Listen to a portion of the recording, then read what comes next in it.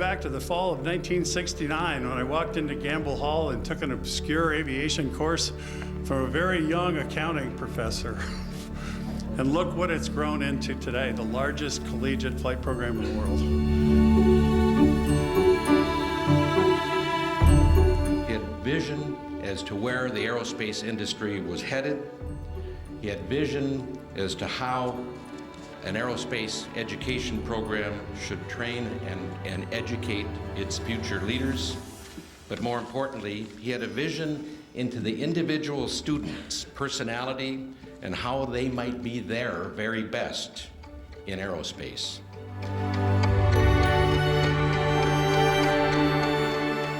It is with deep gratitude that we accept this prestigious award. We accept it on behalf of John's Aerospace colleagues, the students and the alumni of the Odegard School, and the many friends today here in this room who have played and continue to play a part in supporting his legacy.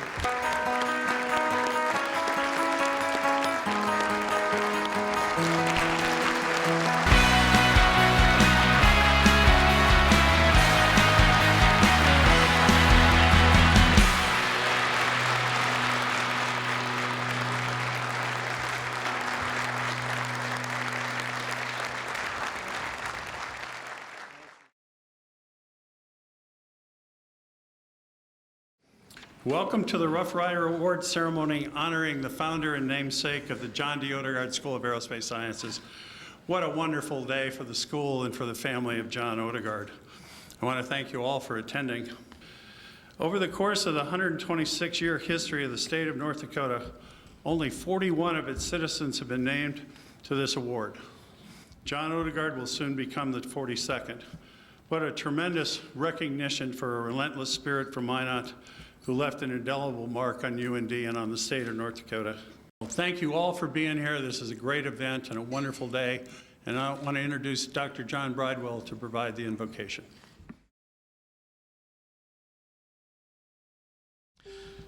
Dear Heavenly Father, many years ago, Theodore Roosevelt, with the help of divine providence, led a group of Roughriders to fight for our country.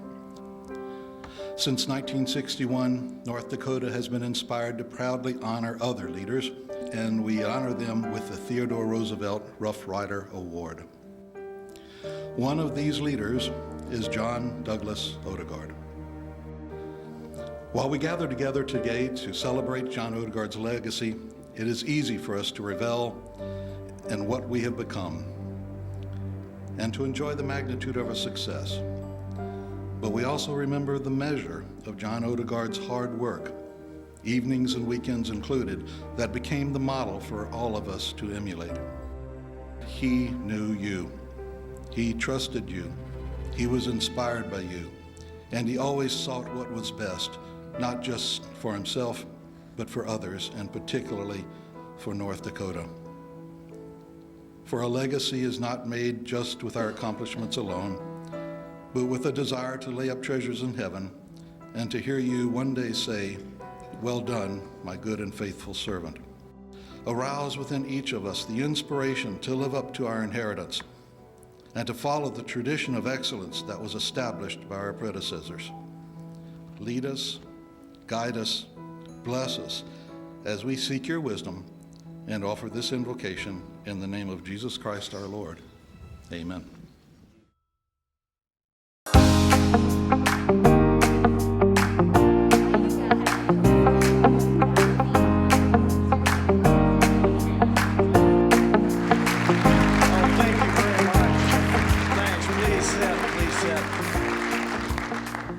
It's great to be here. I enjoy these award ceremonies so much because they're completely different from just about anything else that I do.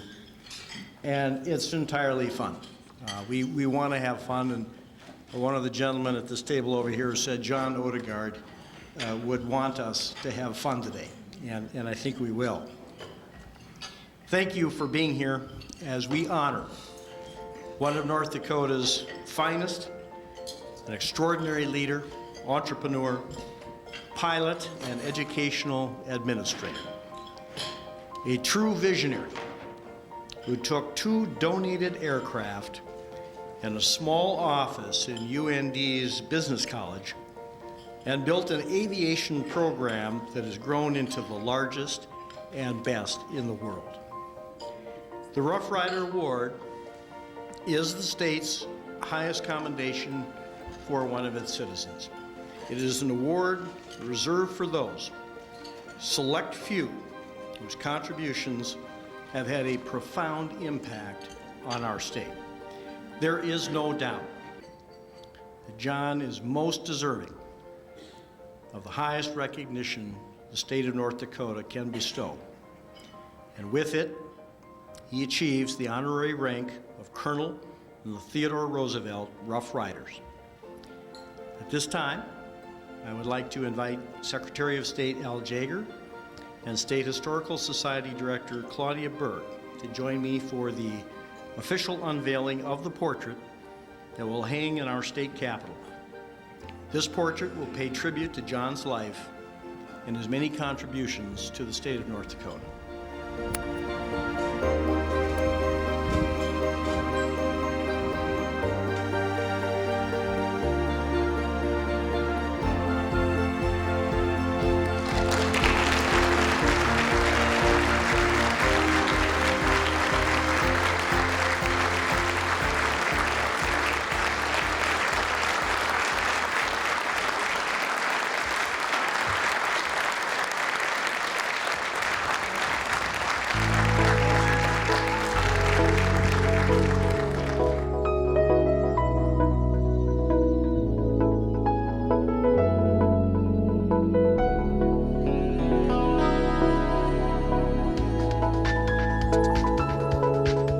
Dare to dream. I guess, John Odegard, that's how I look at you. He had a dream, an impossible dream, and he has far exceeded the goals of that dream. And I know that across the nation there are many young people that will carry a part of you for many, many years for the education and inspiration that you gave to them to meet their goals. To dream the impossible dream was a hit tune from the Broadway musical Man of La Mancha. It could also be the description of a young man from Minot, North Dakota, who conceived of the idea for a many-faceted degree-granting program structured to offer the finest aviation aerospace education at a college level.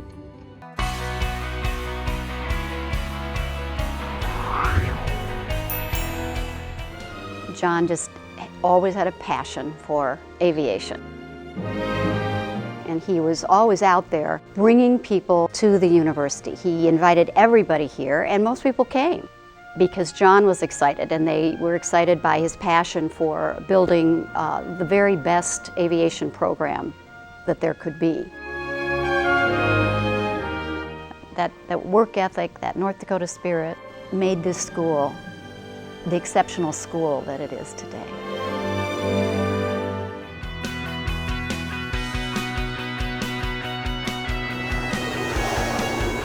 China Airlines was an organization that came to us at a key time.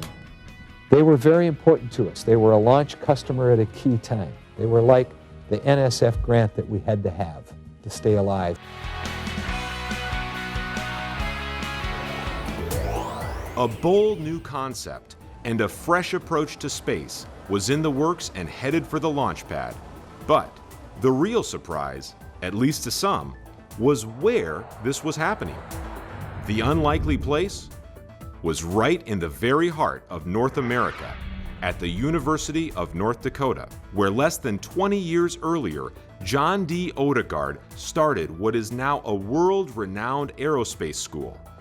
Ever the visionary, Odegard's dream began with little more than a tiny office, a couple of donated airplanes, and a whole lot of passion for aviation. And as much as John Odegard had high regard for the sky, he would never be satisfied the sky was going to be the limit. There are few places in the world where that restless energy and spirit that drives the aerospace industry is more evident than at the John D. Odegard School of Aerospace Sciences in Grand Forks, North Dakota. a center devoted to aviation, space studies, and the big, bold beyond.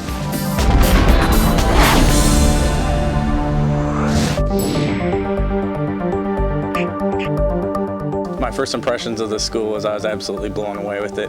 I came up here originally for commercial aviation, was absolutely amazed with the aircraft, the technology they have, and later on, junior year, switched over to air traffic control and was blown away by the technology. The final and the most key of all are you alumni and all of our students who come here from all over the country and in fact all over the world that have the confidence to give us some time in your life to let us help prepare you as best we can for a productive future, and we've been extremely successful when I take a look at the people that are sitting in this room and the marvelous job that you've done. Dedicated to the education of the aviation professional at reasonable cost. This was difficult in that John insisted on the highest standards for everything the aviation program stood for. You know, I said, you can't go any place in this world that John hasn't been there first, and they're extolling the virtues of what he's done in Grand Forks, North Dakota. This program truly extends around the world because it was created and conceived by someone with a real vision. Efforts. Your continual march towards excellence has been an inspiration to us all. I thank you as governor and on behalf of all the people of North Dakota. Congratulations on a job well done. You are a true North Dakota leader.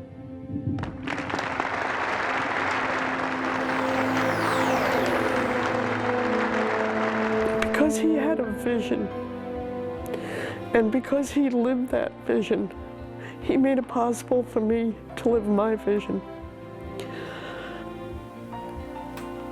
You don't go to law school and say, I think I want to be a space lawyer. It just wasn't something that I even knew existed. It's something that evolved. And because John did what he did, it made it possible for me to be who I am. And I'll always be grateful to him for that.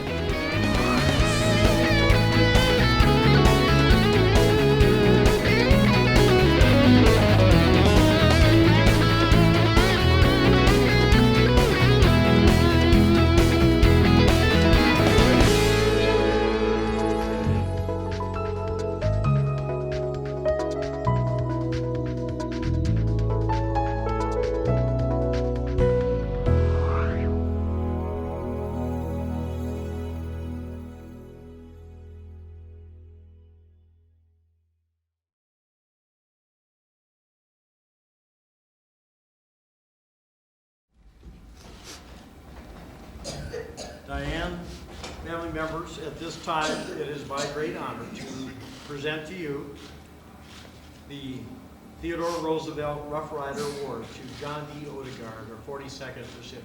Congratulations. Thank you so much.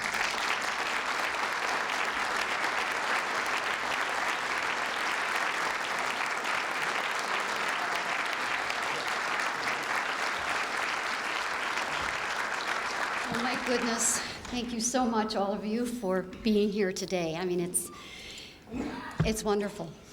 Thank you, Governor Dalrymple, Lieutenant Governor Wrigley, Marcia, and Bob Kelly, and honored guests. It is with deep gratitude that we accept this prestigious award. We accept it on behalf of John's Aerospace colleagues, the students and the alumni of the Odegard School, and the many friends today here in this room who have played and continue to play a part in supporting his legacy. Especially to Dean Bruce Smith, who has grown and guided this school over the past 16 years. If John were with us today, as you've heard somebody else say, I'm sure he would find a way to introduce absolutely everybody and thank absolutely everybody, because nobody knew better than he that very little of consequence is ever achieved alone. John loved North Dakota. He loved the University of North Dakota, and he wanted to do all he could to bring credit to both.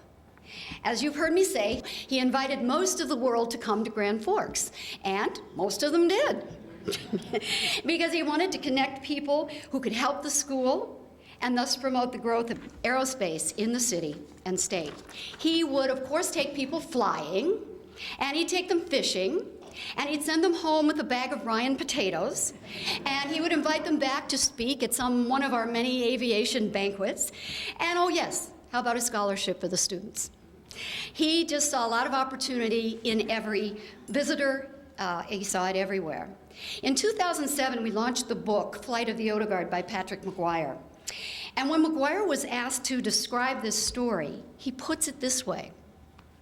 John's life taught us that fortune goes not only to the bold, but to those willing to think big and be able to get past the majority of people who want you to think sort of big, but really they want you to think small, because really big makes them nervous. Well, John made a lot of people nervous. McGuire goes on to say that when you fall from a big height, you make a really deep impression on the earth. But I don't believe John Odegard ever considered the possibility of falling. Well, my family and I have been privileged to share John's story with a lot of people these past 17 years. And even more so, we've been privileged to be part of the exciting growth and influence of the Odegard School in our state and in our nation. In 1984, at the dedication of the first aerospace building, John wrote, "Aerospace science touches every part of our lives." So, of course, today I want to stand up here and I want to talk to you about the UND spacesuit. And I want to talk about the ag cam helping our farmers, and the 3 asteroids discovered by our UND scientists, and the explosion of the UAV UAS research, and our NASA interns and our FAA interns, and also the thousands of aviation graduates flying us safely to our destinations every day, here and abroad. I would like to do more about all of that, but instead, I will join you in celebrating the story of a kid riding his bike uphill to the Minot Airport to sweep out a couple of dusty, dirty old hangars in hopes of getting a 20-minute flying lesson. And that young accounting instructor who wanted to start an aviation program at the premier research university in the state with the 2 airplanes and maybe 12 students. I'll celebrate the story of thinking big and being bold, a story that exemplifies our North Dakota spirit, a terrific work ethic, high standards of professionalism, responsible and self-sufficient planning, and the determination to seize opportunities and make them work.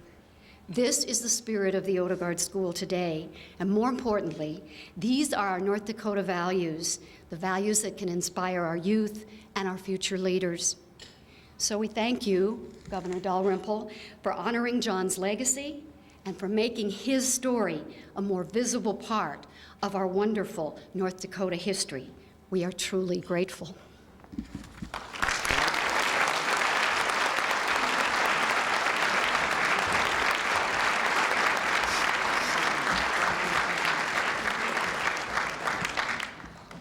Thank you. It's always a little bit intimidating when I have to follow my mom, the English teacher, so try to do my best. What an exciting day. Thanks to Governor Dalrymple, Lieutenant Governor Wrigley for this tremendous honor, tribute to my father's legacy. We're honored, we're humbled, it's incredible, and I know my dad would be as well. It's really hard to put into words. As you've heard many times today, my dad loved North Dakota. I was able to witness firsthand on trips all over the country and all over the world how he would talk about North Dakota. He was continuously encouraging people to visit and see all of the great things that were happening in the state and at the University of North Dakota. Growing up with my dad was an amazing experience. Our house was always full of family, friends, fun, love, excitement, laughs, and projects. My dad was not really good at sitting still. There was always too much to be done. And I knew I was in for a long afternoon when I'd hear those famous words, "John, come over here, I have a little project for you." Luckily, I was fortunate enough to catch the aviation bug, a little hard not to, and my greatest memories are those of being able to fly with my dad. From my first solo, to many hunting and fishing trips, to getting my float plane rating, to flying in the Citation to pick up special guests to bring them to UND, there were always great opportunities to go flying. He loved being at the controls of an airplane. I remember one time working for Beechcraft, and I had the opportunity to bring a Bonanza home to Grand Forks for the weekend. Well, of course, my dad wanted to go flying. So Steve Coleman, who's here today, who was my flight instructor during school, and I and my dad took the Bonanza out for a flight on a beautiful North Dakota Saturday. With my dad at the controls and Steve completely unbuckled from his seatbelt on his knees between the seats, my dad starts telling us about how great the Bonanza handles and how solid it is to fly, and that if you're perfectly coordinated, you can put a hot cup of coffee on the dash and complete a perfect roll without spilling a drop. And over we went. Needless to say, I didn't say too much about that when I brought the airplane back to Wichita. If he wasn't able to be up front, though, you could tell he was a little uncomfortable. We had one opportunity when I was, after graduation, instructing helicopters at UND when my dad invited Secretary of Transportation Sam Skinner to campus. And he was here to see all the great things that were happening at the school. And part of the itinerary was to pick the secretary up and bring him back to the airport in the helicopter. And since I was instructing, I was lucky enough to be able to get called into duty. So I pick up the secretary and my dad from the parking lot of Ryan Hall. The secretary is up front with me and my dad's in the back. And we do a little tour of Grand Forks and the campus and bring him back to the airport. And about 2 weeks later, I get a picture from my dad that had been taken of the two of us in the front and him getting in the back, and he had written on the front of it, "What the hell's wrong with this picture?" One of the greatest things, though, is many of you can attest to, is that you always were guaranteed to learn something on every flight. He simply loved to teach. There are so many attributes that can be associated with him that you've heard today: passion, courage, integrity, humility, patience, no patience. Charisma, compassion, determination. But I think the biggest and most interesting one is curiosity. He had an insatiable curiosity about everything around him, whether it was people, cultures, pieces of equipment, organizations, technology, or even processes. He was always interested in how something worked, what made it tick. It was as if he was continuously looking at things through the eyes of a child. I believe this curiosity is what ultimately made him a great teacher, and fortunately for all of us, that ability to teach and the continual thirst for knowledge has created what we're all here today to celebrate. At the end of the day, and my dad would be the first one to say this is really all about the students. It always has and it always will be. One of the best things for me about being in the industry now is the ability to meet and run into UND graduates all over the world. And it reminds me of the impact that he had on the state of North Dakota and the University of North Dakota. It's really what made him tick, was seeing the success in other people and having them reach their dreams. He was dedicated to this for his life, and I had a front row seat to it. So again, thank you for this wonderful recognition, especially to the UND family, which is really our family. We really appreciate this, because none of this would be possible without you guys. Thank you.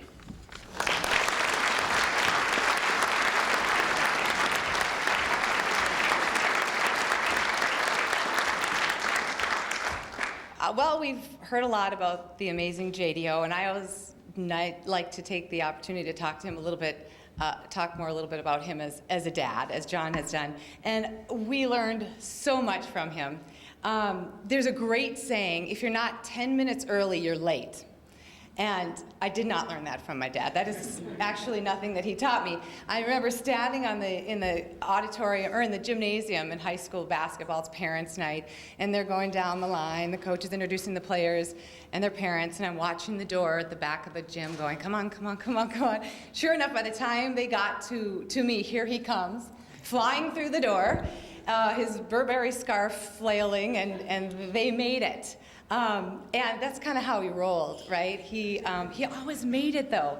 He rarely, if ever, missed a basketball game, a dance recital, hockey games, weekends at the lake, you name it. And he was there, like that big smile, encouraging us. He had a lot of encouraging words. As a matter of fact, he saw greatness in his kids that I am quite sure did not exist, but he made us think that way. He had that amazing way of looking at things, you know, his attitude. I remember a job that situation was a young professional that didn't pan out as I had planned, and I'm thinking, huh? And his reaction was, Steph, this is great. I can't wait to see what you're gonna do next. And sure enough, the next job was much better than the last, and he was probably the only one that could see that was coming. So he was just a great example of a parent. And on a personal side, he was so sweet, and he wrote handwritten cards and notes of Christmas and birthdays. He sent me flowers. I mean, what a way to parent a daughter. He was the whole package, right? So mostly, and I think most of you know this, he was just really fun. He was funny, he was silly, he was crazy, and he brought all that passion that he had for aviation and all those exciting attributes he brought to our family. And so that was made it pretty thrilling to be part of his life. So I just hope that as people young and old pass by this beautiful portrait in the state capitol, that they will get a sense of that great spirit of his, those wonderful North Dakota qualities that we're celebrating today, and they'll take those with them and be touched by his story. Governor Dalrymple, Lieutenant Governor Wrigley, Drew, my friend, thank you for bringing us here today to celebrate this man, my dad. Thank you.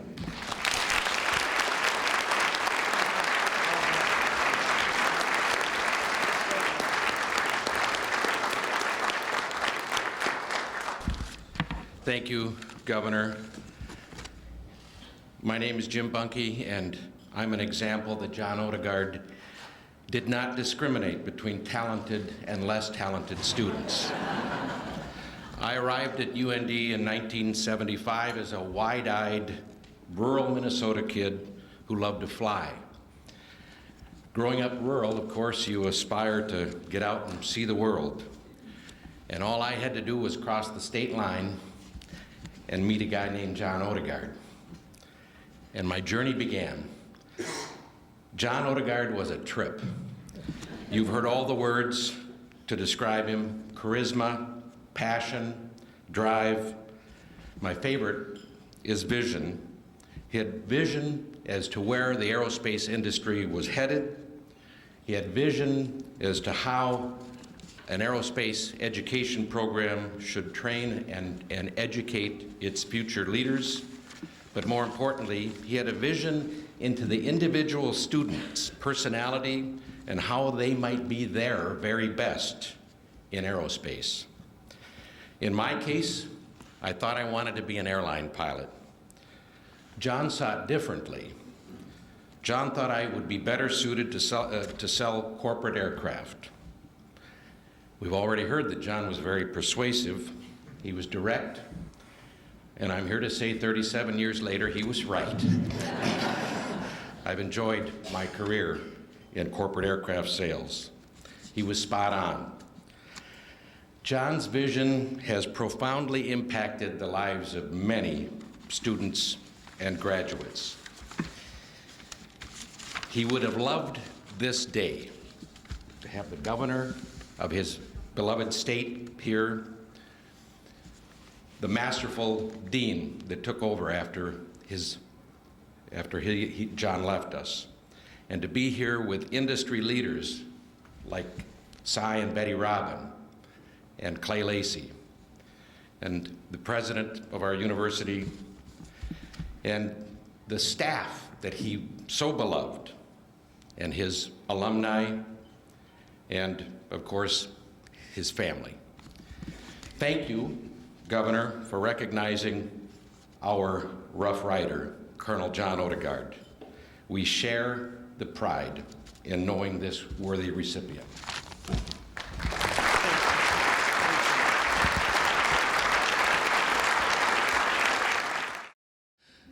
I've told this story of my introduction to John many times. I'm sure Diane and the entire Odegard family is tired of it. It is still my favorite memory of the man we affectionately knew as J.D.O. In the fall of 1968, UND Aerospace consisted of a first-floor area in the northwest corner of Gamble Hall. The space consisted of a reception area, 2 offices, a storage closet, and a classroom with a Singer Link trainer. "Let me take you on a tour," John said as he greeted me in the reception area. With only a classroom and 2 offices to show me, the tour did not last long. What did last long, and what has lasted to this day, is the respect and admiration I gained for this man in that first encounter. John's enthusiasm, passion, and vision of what UND Aviation could become was overwhelming. I had never met a person in any walk of life who cared so much about his or her mission in life. At the conclusion of the tour, John asked me to come into his office. He was standing behind his desk, I in front of it. He opens his middle desk drawer, pulls out a Polaroid picture of a green and white Cessna 150, throws it on the desk in front of him, points at it and says, "And just think, Larry, we got 2 of these babies."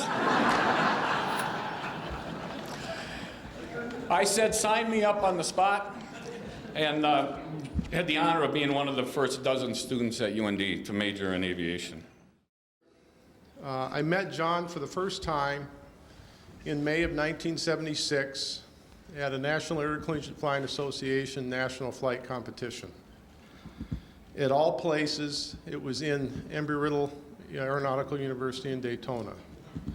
The irony of that is that's the one school he always viewed as a distinct competitor, and I won't say he ever said anything negative about him.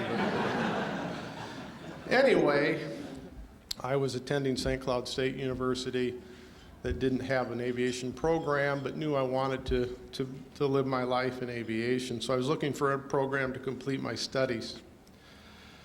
I talked to Embry-Riddle Daytona, and I wasn't that much impressed with the program or the people at the time. I talked to Purdue, who only let 10 students in a year from out of state, and they said, well, you need a certain GPA, and I said, I've got that, and they said, well, you can apply if you want. Just very unwelcoming. And then I came to the table where John was. John had an engaging look, a warm smile, and a friendly handshake. He was very positive about the program, and along with that, very convincing. Later on, at the conclusion of the awards banquet, John made sure to look me up and find me and congratulate me on an award I had won that evening. Later that summer, I flew up to Grand Forks to visit the program. John toured me around. John took me to lunch. A department chairman spending that individual time was just amazing to me, and I was hooked. So I entered the program in 1977, but that's how John built the program and the student population. John built the program by engaging people and approaching them in a warm and friendly, personal way.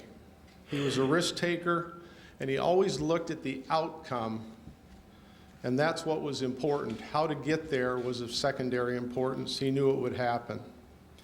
It was not only an honor and a privilege, but for me, a gift, a true gift, to work for and alongside John's side. It's been the same for me with Bruce Smith, who's carried the ball after John built the stadium. And I look forward to the continued success of the program that's a part of John's legacy. Thank you.